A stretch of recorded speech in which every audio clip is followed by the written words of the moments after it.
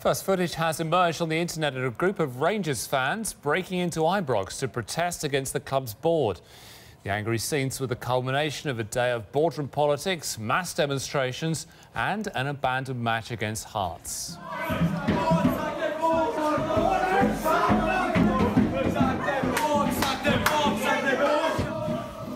Mobile phone footage showing a group of fans breaching security at Ibrox to gain access. Once inside, they held up a banner calling the board of directors parasites.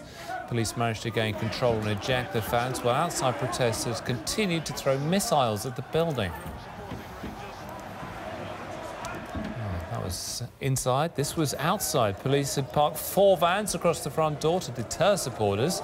The fans have been angered by claims that the club is ready to mortgage off Ibrox and the training ground Murray Park to Mike Ashley.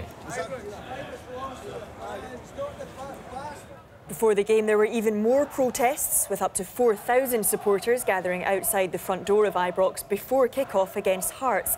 The fans chanted "Sack the board" and called for Sandy and James Easdale to go.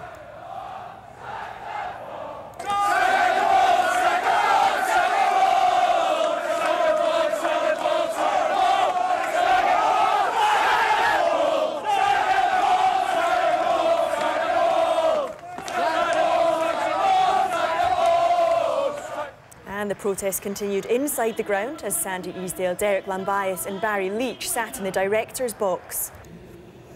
Well, the Ibrox pitch, which survived an inspection an hour before kick-off, was covered in snow. Rangers were looking to cut Hearts' 13-point lead at the top of the Scottish Championship. And once play got underway, players struggled to get to grips with conditions. Lee Wallace with an air shot.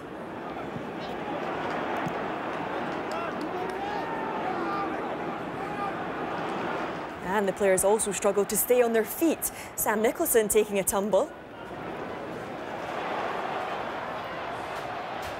The 2 head coaches of Rangers and Hearts, Kenny McDowell and Robbie Neilson, discussed whether the game should be called off with the referee, Bobby Madden. Hearts came closest to scoring. Aleem Ozturk with the free kick.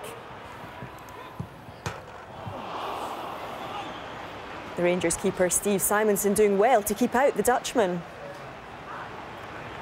And 24 minutes into the match, Madden decided it was no longer safe to continue and the players were ordered off the pitch with the game still goalless. The atmosphere in the stands was tense and there were some crowd disturbances at the section joining the home fans to the away fans. The referee sort of made the decision to start the game, but it's easy to say that, but we thought it might have thawed out a bit. Player safety was paramount as well and whatever, and I think we're all in agreement that as a spectacle it wouldn't really been worth carrying on and whatever. So as I say, hindsight's a great thing and maybe never couldn't have started it, but it's done now. I think it definitely is. It's it's becoming dangerous. As players sliding about everywhere, you can't play football on it, and it just becomes a bit of a farce.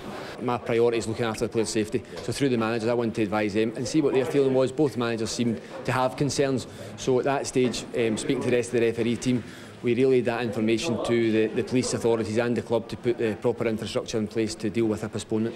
You'll have heard the atmosphere in here tonight. It was pretty spiky, I think it's fair to say. Do you feel that the support have lost patience completely with what's going on at this football club? All I can say is obviously we did hear it, but we were concentrating on the game. We had our focus full on the game. The players had their focus on the game, so that's all I can say in that matter. Well, earlier in the day, George Letham, one of the 3 Bears consortium, was at Ibrox to negotiate a loan offer. And shortly before kick-off, former Rangers director Dave King made his move. King has called for an extraordinary general meeting, calling for the removal of the entire Rangers board. King wants to get rid of David Somers, Derek Lambias, Barry Leach and James Easdale. In their place, he plans to nominate himself, former Blue Knight Paul Murray and John Gilligan, who used to be the managing director of Glasgow Brewer Tennants.